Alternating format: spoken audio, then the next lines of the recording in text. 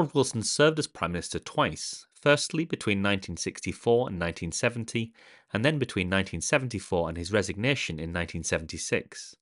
He remains the only leader of the Labour Party to form administrations following 4 general elections. He first came to power following the 1964 election, which delivered a slender majority for the Labour Party of just 4 seats. At this election, both main parties had newly elected leaders, but whilst the Conservative Party had put forward the aristocratic Alex Douglas-Hume, Labour had elected the modern, youthful Harold Wilson, who promised to lead the party and the country into a new age by embracing the white heat of technological revolution. In terms of the scientific revolution, but that revolution cannot become a reality unless we are prepared to make far-reaching changes in economic and social attitudes which permeate our whole system of society. The Britain that is going to be forged in the white heat of this revolution will be no place for restrictive practices or for outdated methods on either side of industry.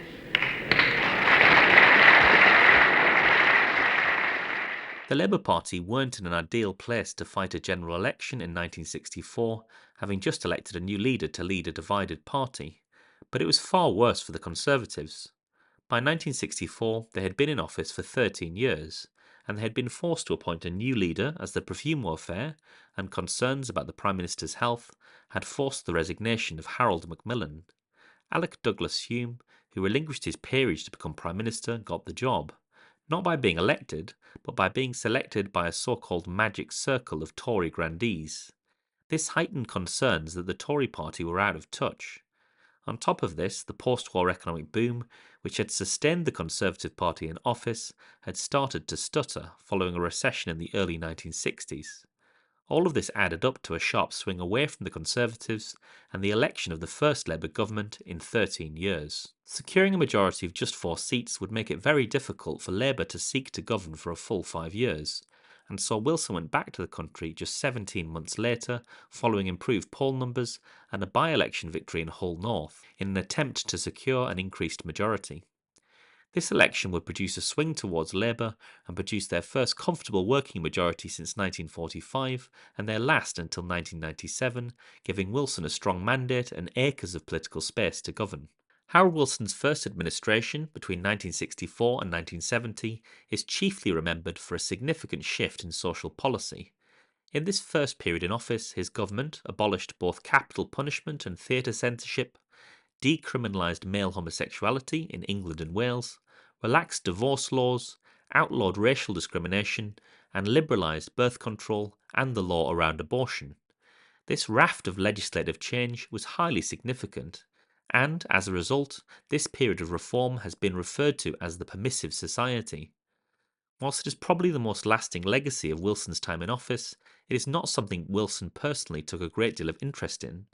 The agenda was carried through by Roy Jenkins as Home Secretary, but it relied on private members' bills and free votes in the House of Commons, as the convention is that parties don't whip MPs on moral issues. Wilson's first government also increased investment in education, with the education budget rising from 4.8% of national income in 1964 to 5.9% in 1968, overtaking the defence budget for the first time as an expenditure item.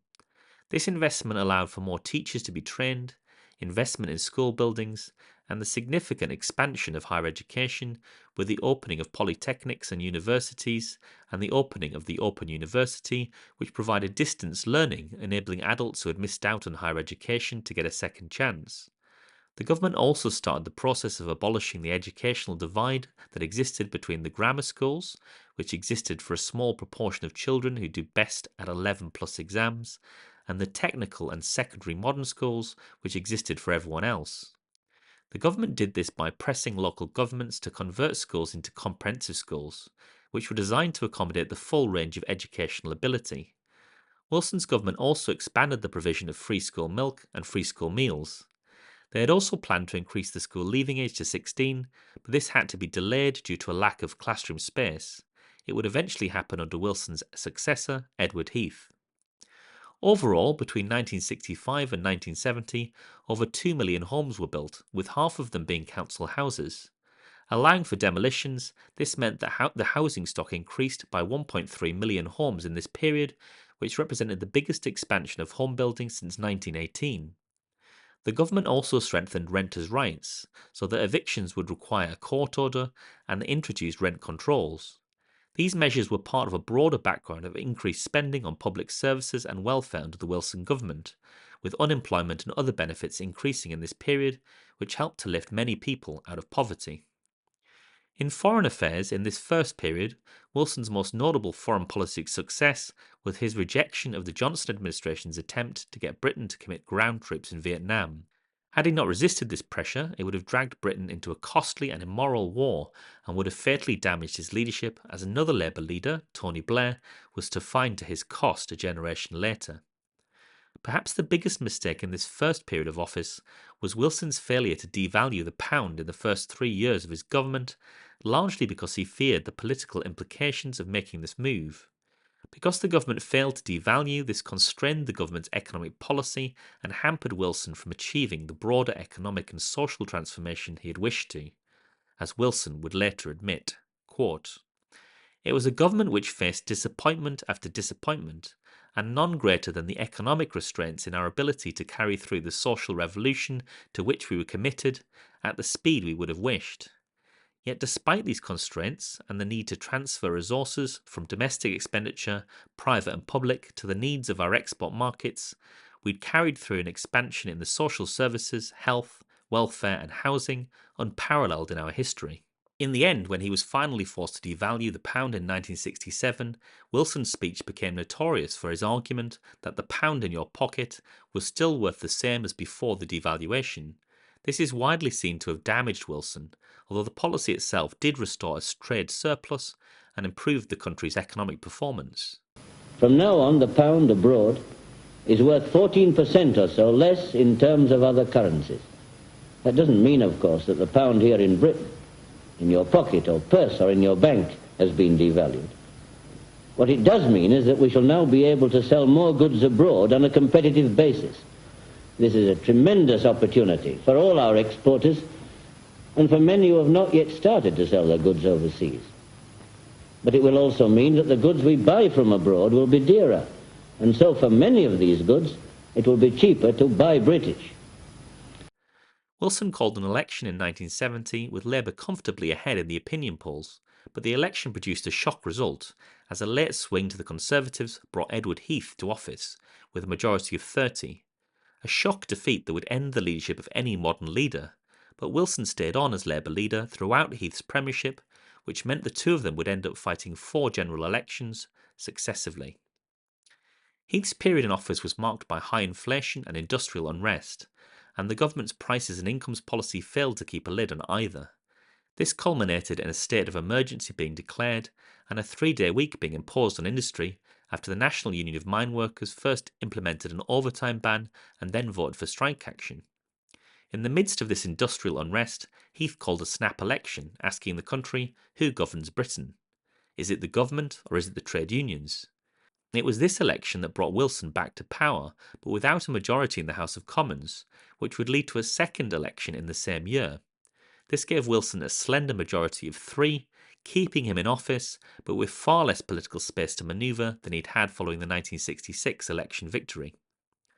Wilson's second administration would inherit an economy suffering from stagflation, a toxic mixture of low growth, rising unemployment, and high inflation. To deal with this, Wilson negotiated a voluntary prices and incomes policy with the TUC, which was initially successful at bringing down inflation from a peak of 26% in 1975 to single digits by 1978. They were also able to protect people's living standards by increasing public spending, paying for it by increasing the top rate of income tax to 83% and increasing taxation on investment to 98%.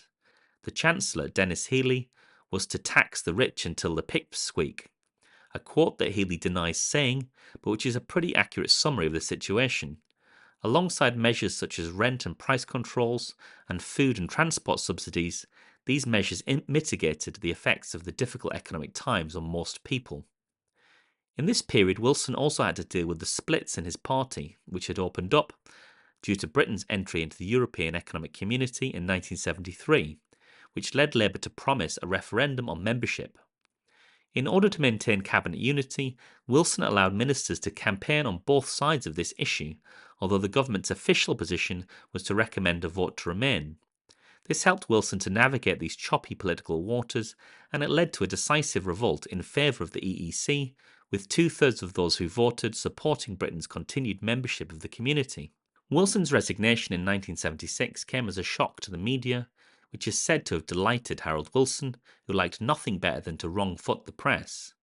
In explaining his decision, he argued that he wanted to make space for other talented colleagues to lead the party and the country, and he pointed out that he had already served as Prime Minister for longer than any of his peacetime predecessors in the 20th century.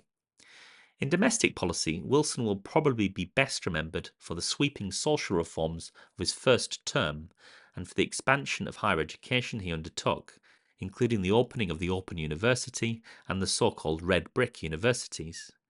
But looking back from today, it's also important to recognise the radicalism of his domestic policy, which included policy prescriptions now seen as exclusively the reserve of the radical left, such as rent controls, wealth taxes, and a steeply graduated income tax. On foreign policy, he should also be credited with keeping Britain out of the Vietnam War.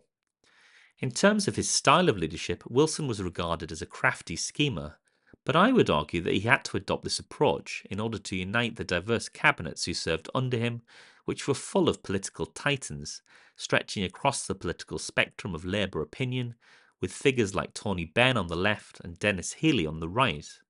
Given that half of his time as Prime Minister was during periods where Labour lacked a strong working majority in the House of Commons, it took considerable political skill and party management to keep the show on the road, which is also something Wilson deserves credit for.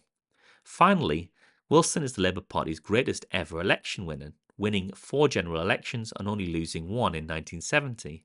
This places him ahead of Blair in this regard, although Blair won 2 landslides and 1 working majority, whereas Wilson would only win a significant majority in 1966.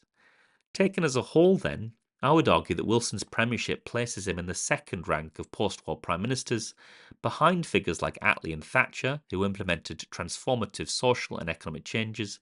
He achieved a decent amount, was a skilled manager of parliament and his party, and he was an election winner.